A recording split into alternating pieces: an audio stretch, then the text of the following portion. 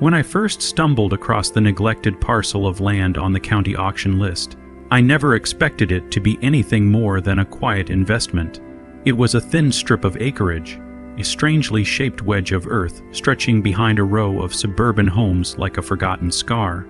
The listing described it as a utility easement with mixed private rights, a vague phrase that usually meant headaches, but the price was irresistible.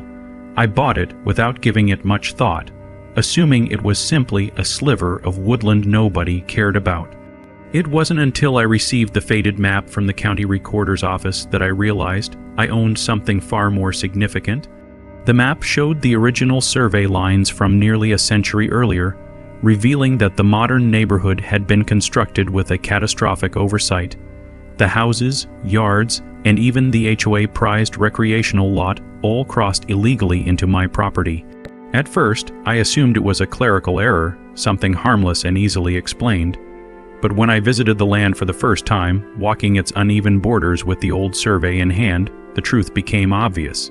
The fences, patios, and gardens of half the block extended directly onto my newly purchased land. Some homes used portions of it as private storage, while others treated it as an extension of their yards. The HOA tool shed, an overbuilt, ugly shack disguised as a community equipment center, sat entirely on my property like an uninvited guest. I considered introducing myself politely, explaining the situation, offering reasonable terms. But before I could even make contact, the HOA found me first. Their notice arrived unceremoniously in my mailbox, a certified letter accusing me of erecting an illegal, non-conforming structure. They had mistaken my temporary survey markers and a small, weatherproof workbox as unauthorized construction. Worse, they threatened fines, daily penalties, and legal escalation if I did not remove my shed. I stared at the letter, baffled at how aggressively wrong it was. I had no shed. The only shed on the land belonged to them, sitting squarely on my property. Their arrogance would have been amusing if it wasn't so insulting. I decided to visit the HOA office in person, intending to clear up the misunderstanding before it spiraled. Instead, I was met with hostility. The board members dismissed my explanation, refused to review the county survey, and insisted their authority extended over all land visibly integrated into the community. It was a ridiculous claim, but their confidence was unwavering. When I left the office, I heard one of them mutter that they would deal with the shed problem permanently. At the time, I didn't know what they meant. The answer came a week later, early on a Monday morning, when the asphalt on the street trembled with the deep growl of heavy machinery. I stepped outside to find two industrial bulldozers parked at the edge of my property line, their operators preparing to demolish the structure they assumed I had built. The HOA president stood nearby with a self-satisfied smirk, completely unaware that they were the ones trespassing on my land. As I watched them prepare to tear down a shed they didn't own, sitting on land that wasn't theirs, something inside me shifted. They had made a mistake, a massive one. And I realized, as the first bulldozer blade lifted toward the HOA beloved shed, that it was time to reveal the truth they had been too arrogant to consider. I wasn't just a homeowner they could bully. I was the legal owner of the ground beneath their feet. The confrontation that followed would ignite a war they never saw coming, and the first move was about to unfold. The moment the bulldozer's engine roared to life, the atmosphere shifted into something thick and electric, a tension vibrating through every inch of the land that was rightfully mine. I stood at the property's edge, watching the HOA officials huddle together with clipboards and smug certainty, preparing to carry out what they believed was a righteous enforcement action. None of them suspected the truth, and their ignorance emboldened them with the kind of confidence only people insulated by authority could ever possess. The bulldozer operator, an independent contractor who clearly had no idea what he was stepping into, lifted the blade and waited for the go-ahead. The HOA president, a graying man with a practiced air of command, gave a curt gesture of approval, believing he was finally solving the so-called shed problem. He had no clue that the shed belonged entirely to his HOA, and that the dirt beneath it, the trees surrounding it, and the ground stretching behind every one of their pristine fences belonged to me. I let them move just close enough to the structure before stepping forward, timing the interruption with an intentional precision that made even the contractor hesitate. I didn't shout, I didn't plead. I simply called out to the operator with a calm but firm tone and informed him that he was moments away from committing felony-level property destruction. The confusion on his face was instant, his hand frozen on the controls, his eyes darting between me and the HOA president.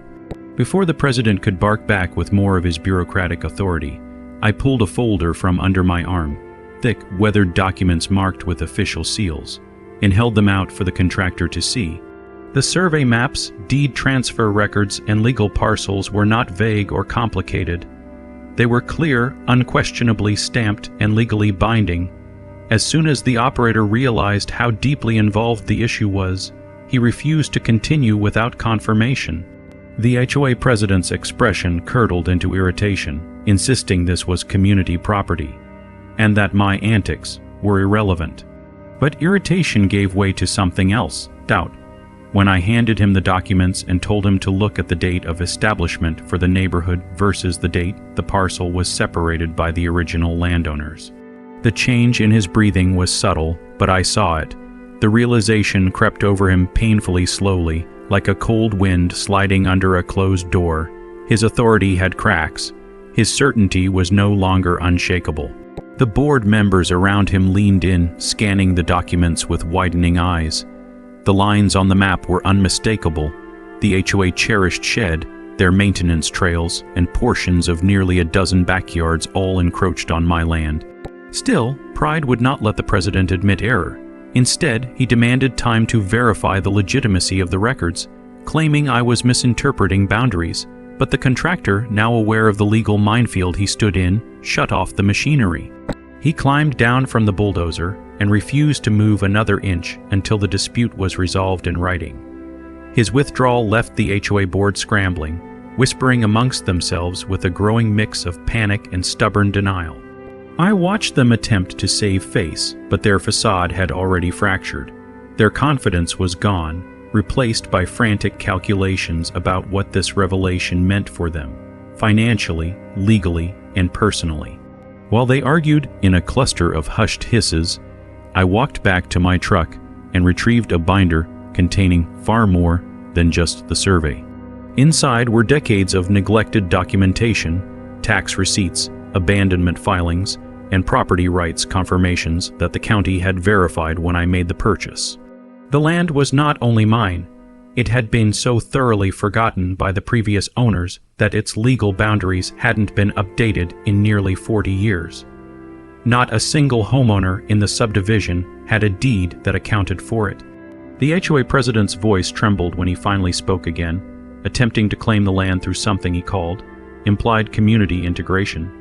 A desperate stretch that collapsed the instant I informed him that land cannot be annexed by mere use without lawful transfer. The board members shot him looks of alarm. They were realizing the gravity of the mess they had created, not just by existing unlawfully on my property, but by attempting to destroy a structure they didn't even own. The bulldozer sat in the background, silent and hulking, like a witness to their downfall. My shed, no, their shed, their liability, their trespass, and now their mistake was documented, witnessed, and frozen in time. The HOA president asked me what I intended to do with this information, but I didn't answer. I simply told them there would be consequences, and I walked away, leaving them standing in the dirt that no longer felt like theirs. They didn't know it yet, but this moment was only the beginning. The bulldozers had been their first move. The legal avalanche I was about to unleash would be mine. And as I left the shaken board behind, the stage quietly set itself for the next step, one that would unravel their entire operation from the inside out. The hours that followed the bulldozer standoff marked the quiet turn in a war the HOA still believed they could control, even as the foundation beneath their authority had already begun to crumble. I returned home with the documents secured under my arm, knowing I needed to prepare for what would come next. HOA boards rarely accepted defeat gracefully. They were accustomed to compliance, not resistance. Their entire system functioned on unquestioned authority, and the idea that a single homeowner, someone they assumed was beneath their structure, could challenge them was unthinkable. but the truth was already working its way through the community like a cold gust slipping through cracks. Neighbors peeked from behind curtains, whispering amongst themselves as board members scattered back to their homes with tight jaws and uneasy eyes. The HOA president's car crawled down the street, slower than usual, as though he feared the pavement might suddenly turn against him now that the land beneath it was in dispute. That evening, I began compiling everything I needed: aerial photographs, historic maps, recorded surveys, county assessor statements, and the obscure but legally potent land use documents that confirmed the unbroken chain of ownership from the previous family to me. While the HOA likely believed they could delay, stall, or bury the issue under bureaucracy, I had already prepared the opposite. I knew exactly which offices to notify, which legal channels required immediate updates, and which agencies would treat unpermitted structures and unauthorized land use as ticking liabilities. With every form I filled and every document I scanned, I could feel the momentum shifting further in my favor. The next morning, I filed formal notifications with the county, an action that would become the first heavy blow against the HOA inflated confidence. Once filed, the county was obligated to inspect, document, and confirm the boundaries.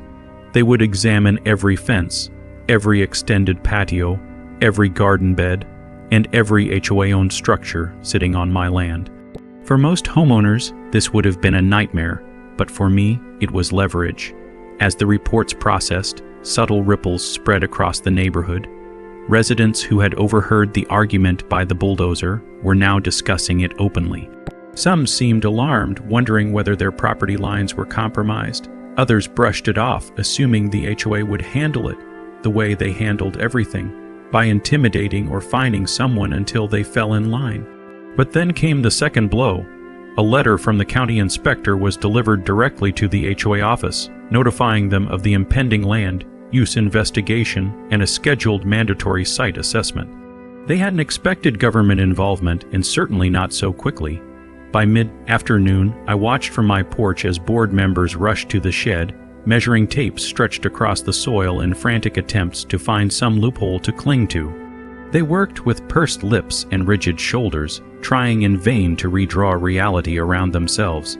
But reality is stubborn, and the reality was that their shed, full of equipment purchased with membership dues, was undeniably on my property.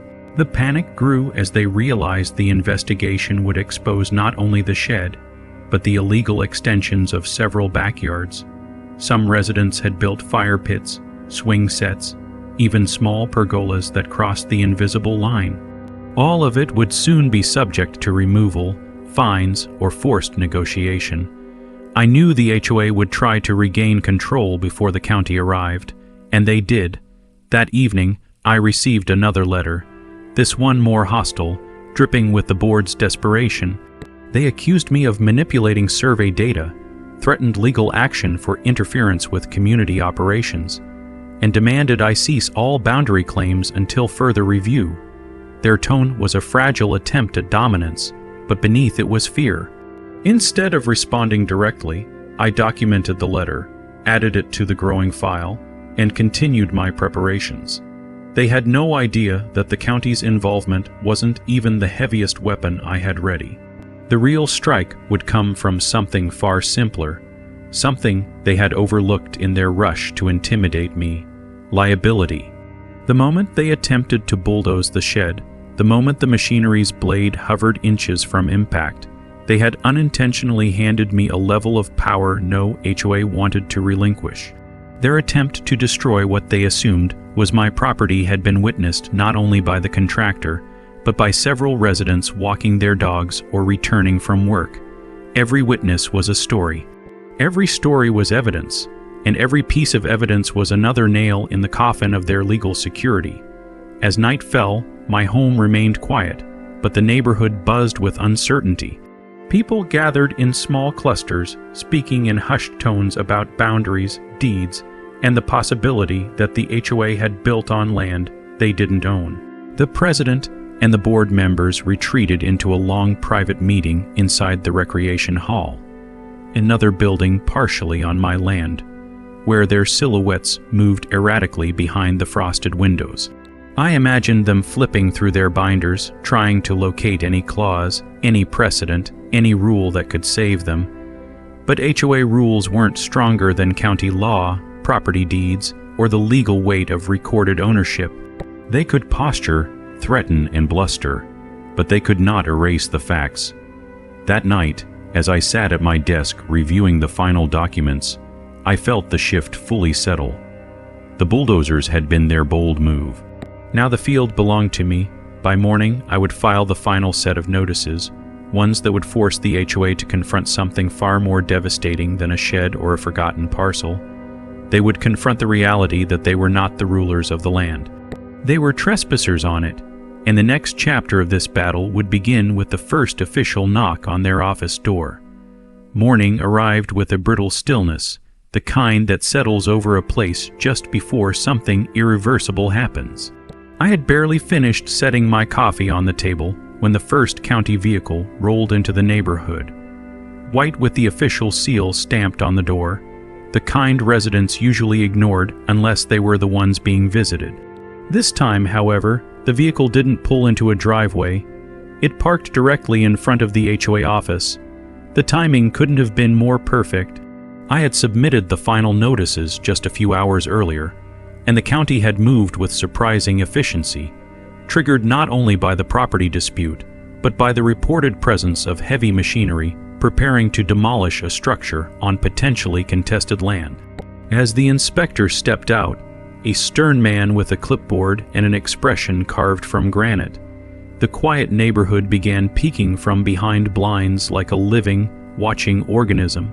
The inspector walked straight toward the shed and paused, examining it with a practiced eye before pulling out a laser rangefinder to measure the exact distance from the recorded easement line. His brow tightened just slightly, a minute motion that confirmed what I already knew. The shed was nowhere near legal compliance. The HOA president hurried across the lawn, his gait a mix of urgency and forced composure. He introduced himself with a tone that attempted to convey authority, but the inspector didn't return the courtesy. He simply asked for documentation verifying the HOA ownership of the land beneath the shed. The president produced a binder filled with internal HOA papers, rule amendments, meeting minutes, and community guidelines, none of which held any legal authority over actual land ownership.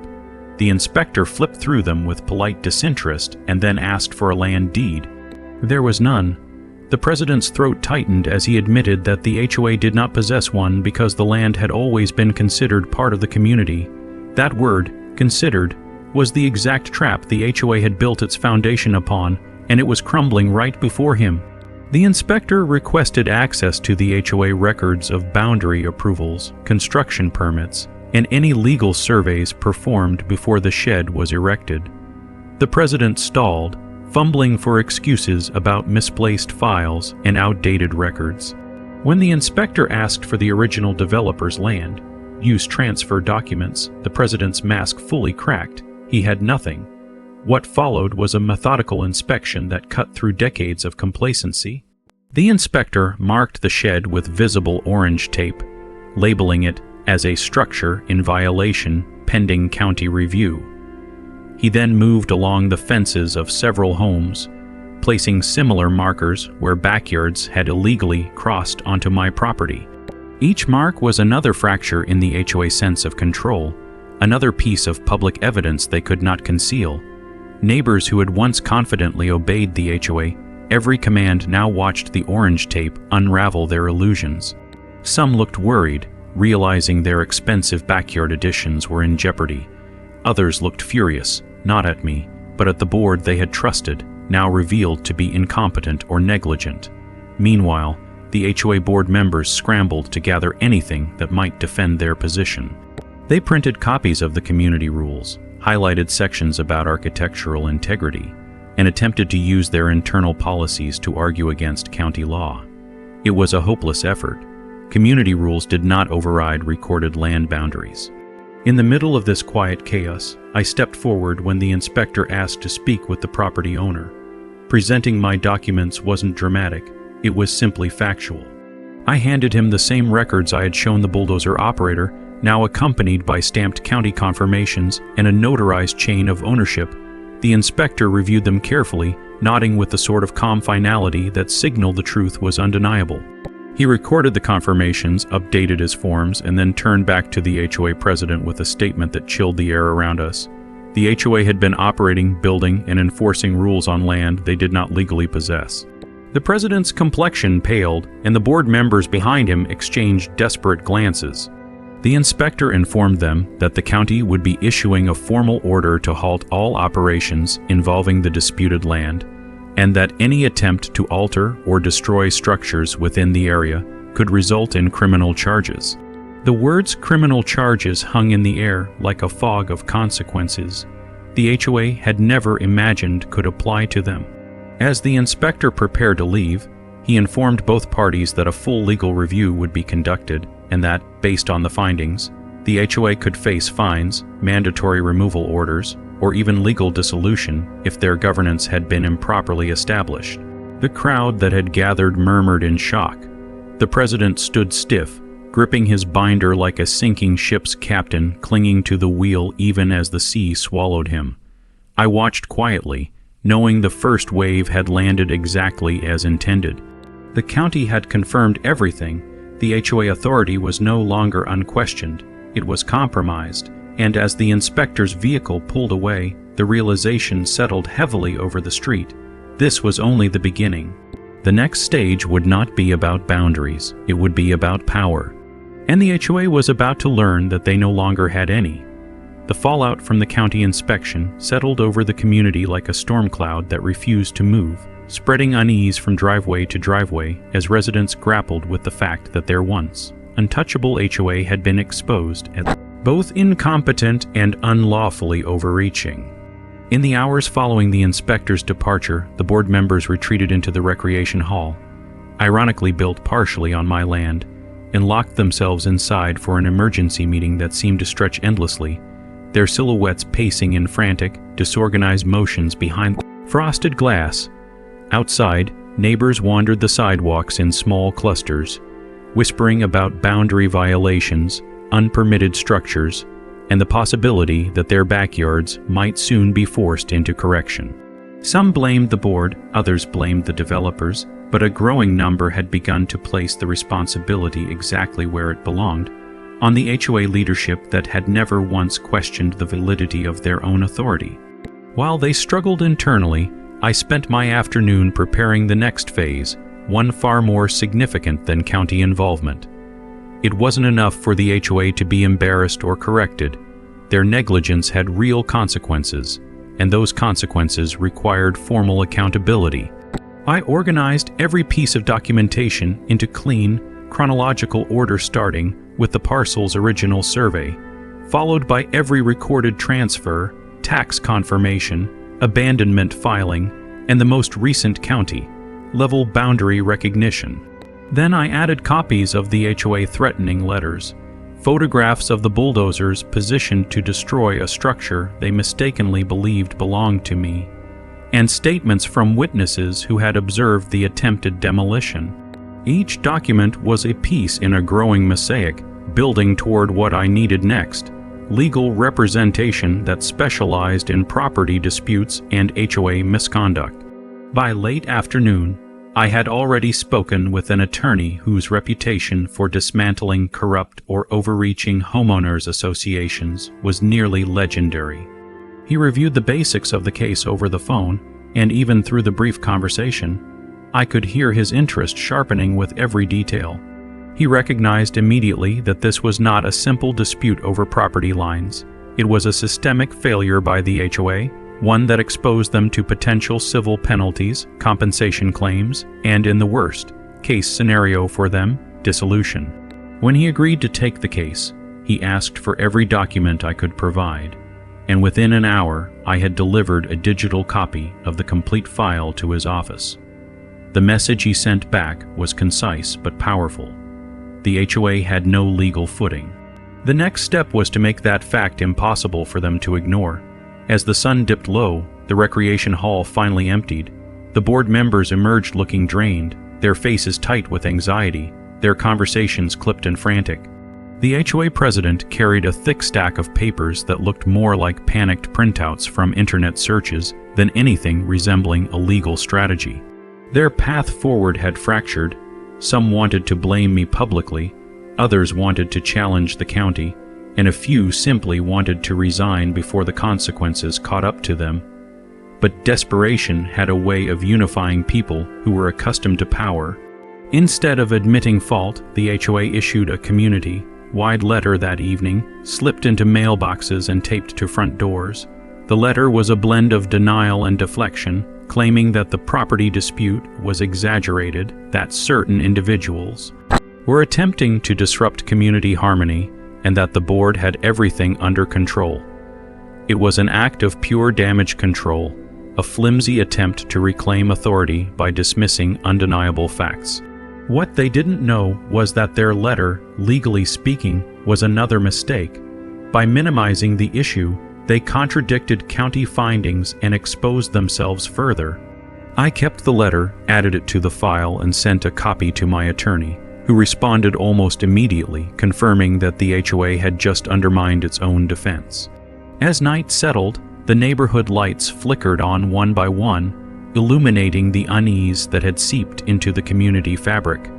Some neighbors approached me cautiously, asking for clarifications, hoping for reassurance that they wouldn't lose their backyard improvements or face fines. Others watched from a distance, no longer certain which side their loyalties belonged to. I didn't blame any of them. They had lived under the HOA rule for years, obeying its regulations, paying its fees, trusting in its structure.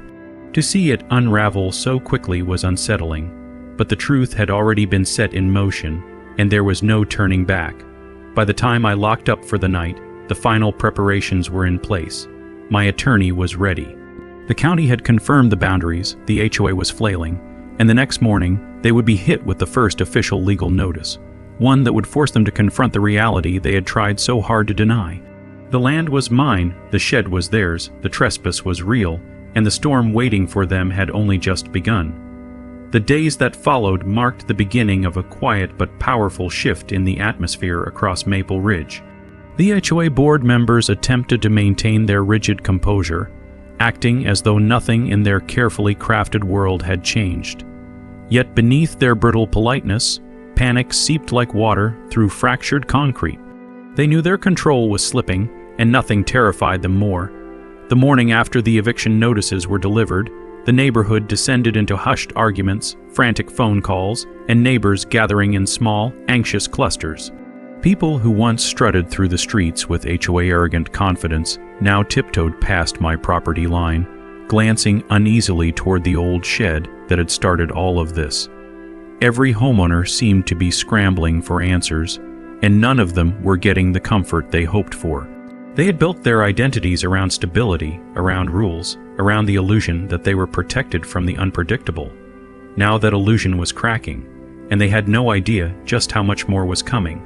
I continued documenting every interaction, recording dates, logging reactions, and preparing a timeline that would later prove essential. The more pressure the HOA felt, the sloppier their decisions became. For people who prided themselves on order, they were descending into disorder faster than they could contain it. The board president, Marjorie, was unraveling the fastest. She could no longer rely on intimidation, because intimidation only works when the other side fears you. Now she feared me, not because I threatened her, but because I understood the rules better than she did, and controlled the very land she thought she owned. She organized an emergency HOA meeting that evening, but the turnout was poor. Many homeowners were too afraid to attend, worried that appearing involved might put them deeper into legal trouble. I wasn't invited, of course, but I didn't need to be. A sympathetic neighbor quietly recorded the entire meeting and sent it to me afterwards. What the recording revealed was desperation. The board tried to strategize, but their ideas were either delusional or blatantly unlawful. Several members begged Marjorie to step down, arguing that her actions had set the entire community on fire.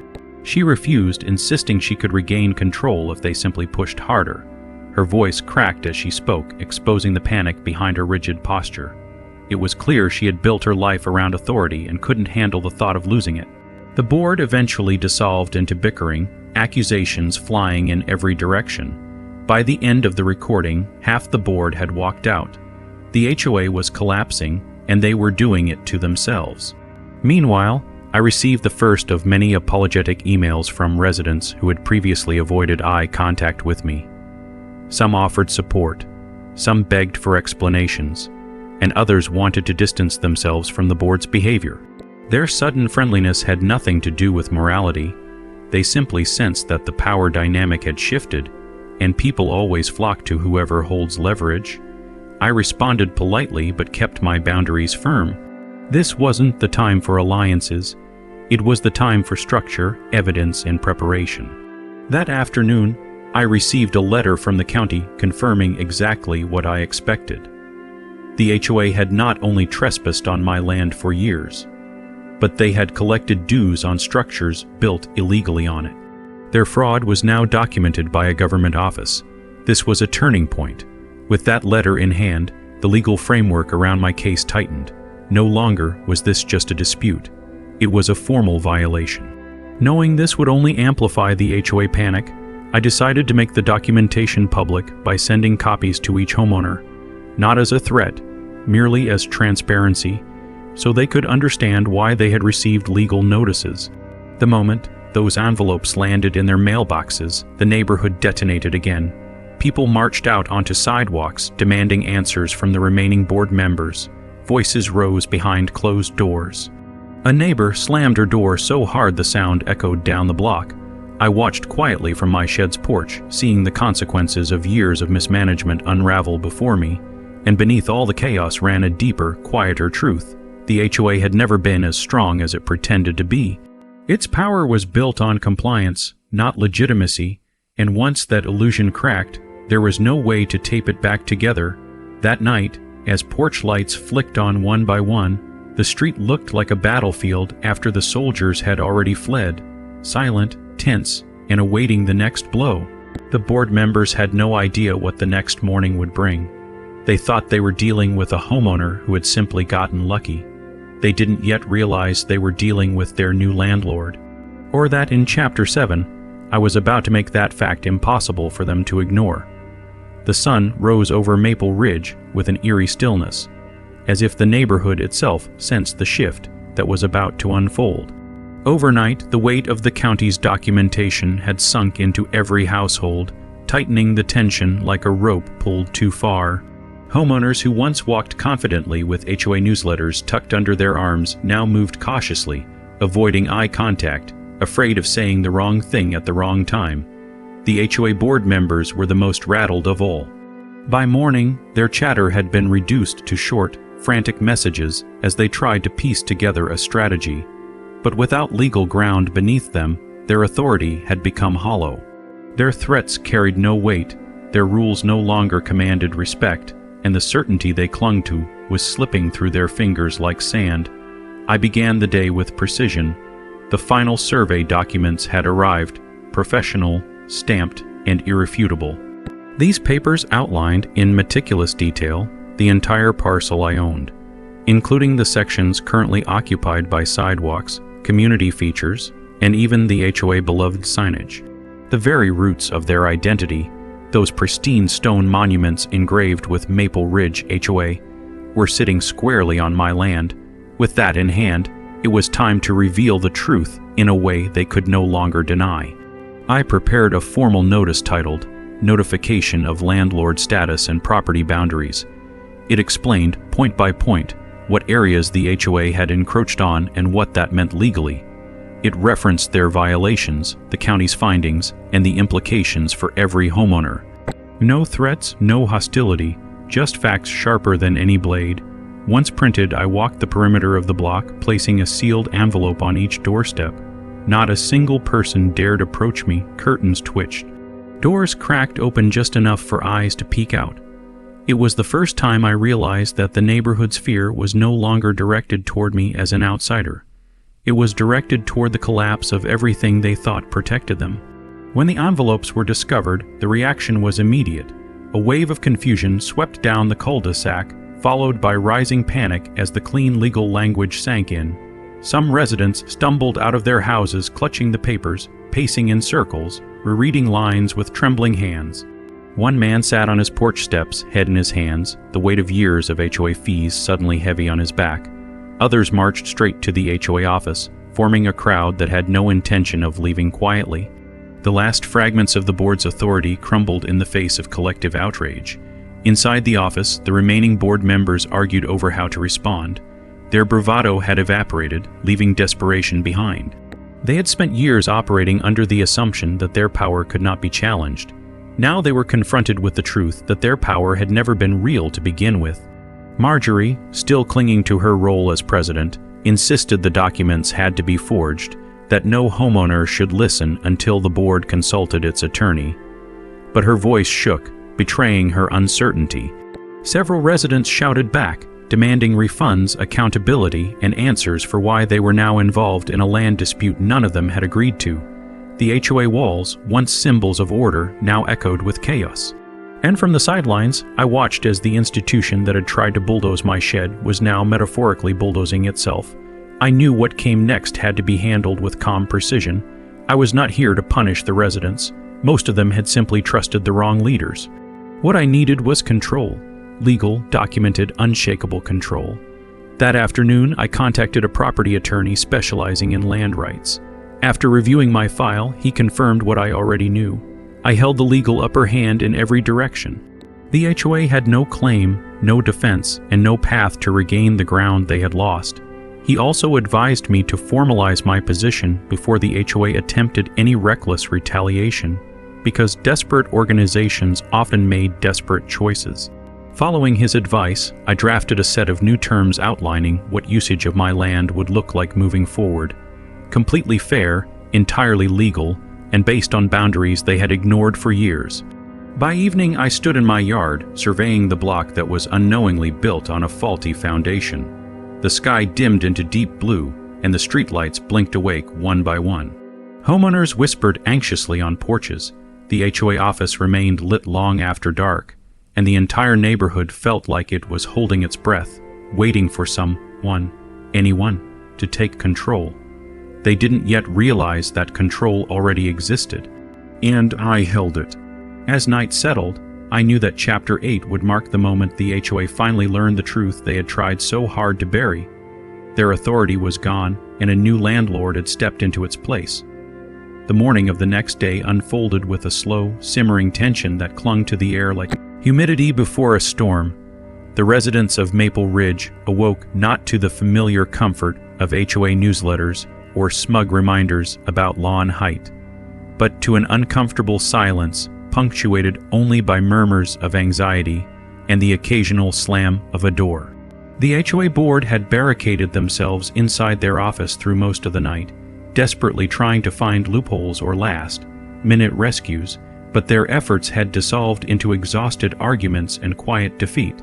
By sunrise, their only remaining strategy was denial, a fragile shield already collapsing under the weight of irrefutable facts.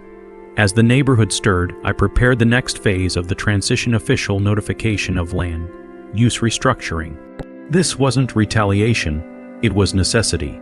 My attorney had made it clear that once the encroachments were documented, I had an obligation to define legal parameters to prevent future disputes. That meant drafting new access agreements, revising boundaries, and offering residents clear options. The key difference now was that every decision would pass through me, not through the self-appointed overseers who had mismanaged the neighborhood for years. I spent the early hours reviewing each lot map, marking where fences crossed onto my land, identifying patios that had been unknowingly built on the wrong side of the line, and listing structures, like the infamous community shed, that never should have existed where they stood. Piece by piece, I was reconstructing order in a place where the HOA had enforced chaos disguised as control. By mid-morning, I walked to the HOA office carrying a sealed folder of legal notices. As I approached, I could see a restless crowd already forming. Homeowners encircled the entrance, demanding explanations, accusing the board of negligence, and demanding refunds for years of fees spent maintaining land that wasn't even theirs to govern. Some held my earlier envelopes in hand, circling highlighted lines and underlined terms, showing each other where the HOA had failed them. Their trust in the board had shattered overnight, leaving only anger in its place. When I stepped forward, the crowd parted, not out of fear, but out of an unexpected sense of recognition. They knew my documents were the truth, and truth had become more valuable than the false comfort of the HOA rules. I handed the folder to Marjorie, who stood at the doorway with her jaw clenched, her confidence hollowed out. She opened the first page, her eyes darting sharply from line to line, her face draining of color as she realized what these papers represented: the end. Not just of their authority, but of the illusion that they ever had any to begin with. The rest of the board gathered behind her, reading over her shoulder. Their expressions shifted from confusion to dread to resignation. The legal reality was undeniable, my ownership was absolute, their jurisdiction was non-existent, their power was gone. The crowd behind me grew restless as the silence stretched, demanding answers the board could not provide.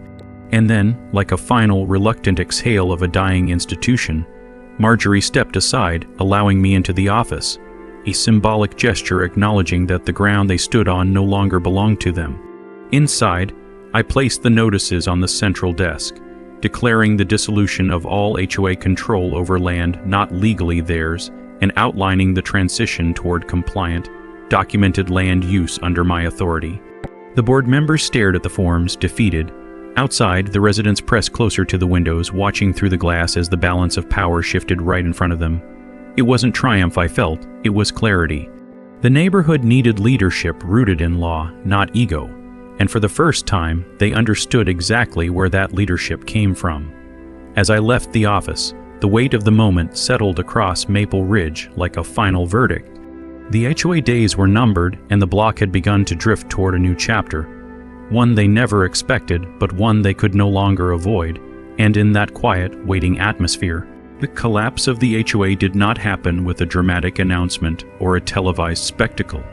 It happened gradually, almost quietly, like a structure rotting from the inside until the walls gave way under their own weight. By the following morning, the board members who once patrolled Maple Ridge with clipboards and thinly veiled arrogance emerged from their homes with an entirely different posture. The confidence they had worn so proudly had evaporated, replaced by a hesitant uncertainty that made them appear smaller, almost fragile. The residents, no longer restrained by the threat of fines or petty enforcement, gathered in clusters along the sidewalks, discussing what came next. Their conversations were not hopeful, not yet, but they carried a nervous curiosity that was far better than fear. The dissolution papers I delivered had set everything in motion. Now, the HOA had 48 hours to formally acknowledge the termination of their authority over my land and to begin surrendering records to county officials. Their office, once a fortress of self-appointed power, became a place of frantic activity as they packed boxes, sorted files, and prepared for the inevitable audits. Inside those walls, years of wrongful enforcement were being peeled back layer by layer, exposing every overreach they had tried so hard to disguise. While they scrambled, I focused on stabilizing the neighborhood. Overnight, I had drafted a simplified set of land guidelines, straightforward, transparent, and grounded in actual law rather than personal bias. These guidelines didn't tell people what color their shutters could be or how long their grass could grow. Instead, they outlined real boundaries, explained access rights, and established a process for resolving disputes fairly and legally. I printed the new guidelines and began delivering them door to door, ensuring each homeowner had clarity before rumors could distort the meaning. Some residents accepted the papers with relief, grateful for structure after the chaos.